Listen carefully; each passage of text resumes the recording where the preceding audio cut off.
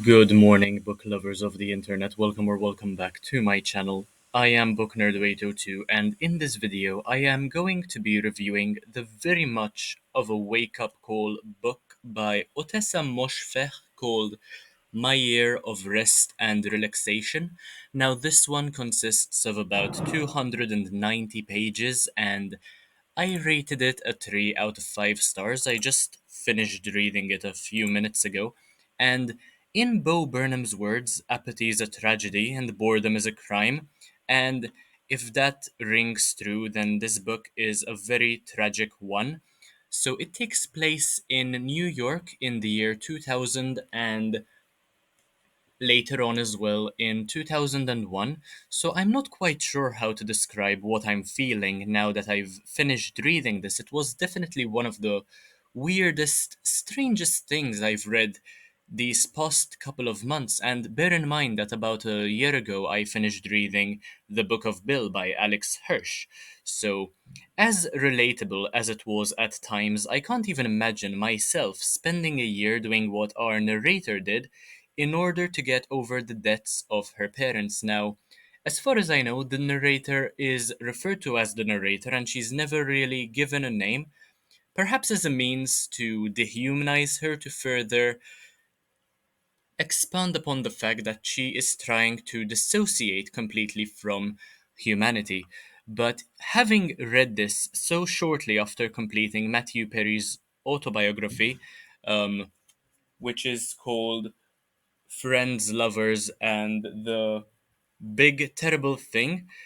You can find my review of it on the channel. I can very safely say that the narrator is a drug addict despite going to a doctor, a crazy doctor, by the way, for her prescriptions and is in constant chase of a feeling of numbness. She wants to spend a whole year doing nothing, basically. So she also discovers a drug which causes her to black out and leads to her body making choices and going places without her knowledge. So not even her memory serves her to regain her composure or her footing to once again form part of society and act like a human being, basically. It was a rather boring read overall, I have to be honest with you, but seeing somebody throw such a large portion of their life away really put things into perspective and only led to motivate me to try my hardest and appreciate every living second we get. So, on average, people live about 8 years, perhaps a bit more. Um, Spending a whole year doing nothing, just throwing it away, seems like such a waste, such a decision somebody with plenty of privilege would take. And yeah, I mean, life is extremely short as is, and we might as well leave a positive impact on the world, and our narrator definitely does not strive to do so. In fact, she's quite an unlikable person, if I have to be honest with you. There aren't really any qualities to redeem what she does. And even though I found the read to be boring, I suppose this was done intentionally, since what else can an author write about in a novel given the title that is My Year of Rest and Relaxation? I mean, having a book titled in this way was one of the reasons why I bought it to begin with. I mean, it's very thought provoking, very gripping, and um, I wanted to give it a go, and I can't say that I am disappointed to have done so.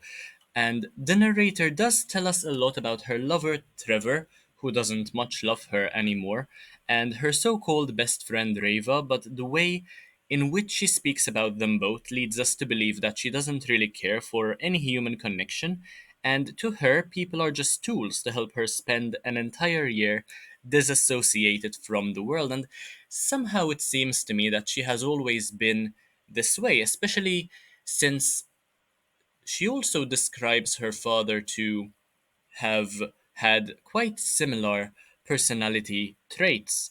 And yeah, I mean, a lot fell into place once we discovered what her parents were like. In a way, this was also reminiscent of Bojack Horseman.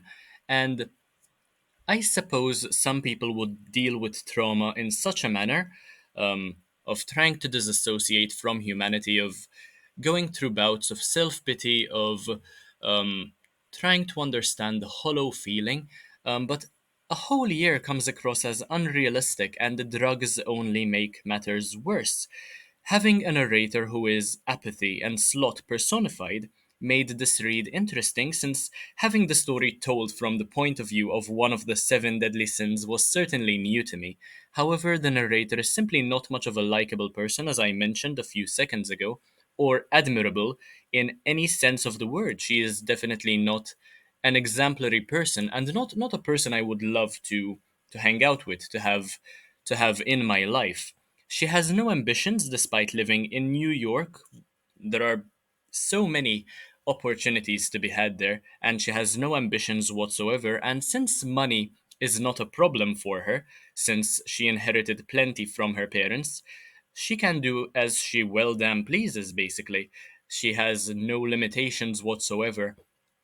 And she's also into art for some reason, and she uses her year of apathy to her advantage, tries to benefit from it by making it an art piece after chatting with a guy who also had the same intentions. But yeah, I mean, basically, that did not really land, and I did not really enjoy that much. Our narrator is basically the champion of bed rotting.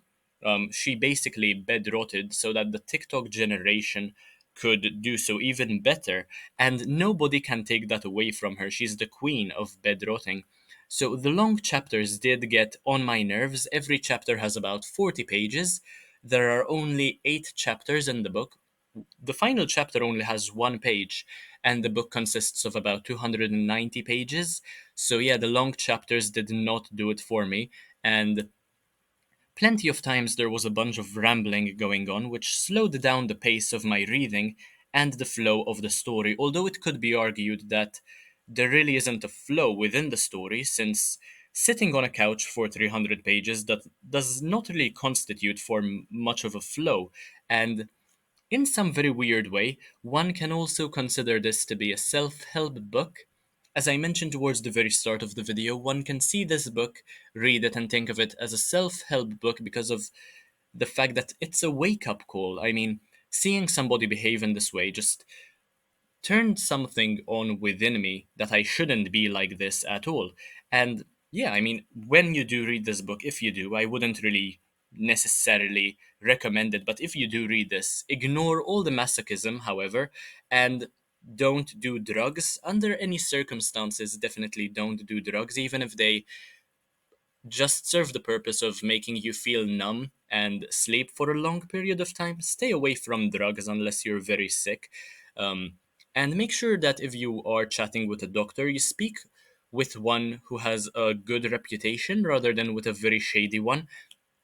So, yeah, I mean, squirrels were mentioned. Just a bit of a final remark here. Squirrels were mentioned towards the end of this one, by the way, which was a weird coincidence since I recently finished reading Bob Mortimer's The Satsuma Complex, and squirrels are mentioned quite a lot in this one as well. So it was a rather weird coincidence. Just felt the need to point that out because sometimes these things happen, and I always find the coincidences to be rather interesting. But anyway, that is all I had to say about Otessa Moshfegh's, hopefully I'm saying the name properly by the way, My Year of Rest and Relaxation. If you enjoyed this video, make sure to leave a like, comment, share, subscribe. Take a look at the rest of my content because why not? It's absolutely amazing. And I'll see you in the next one, hopefully very, very soon. Bye, guys.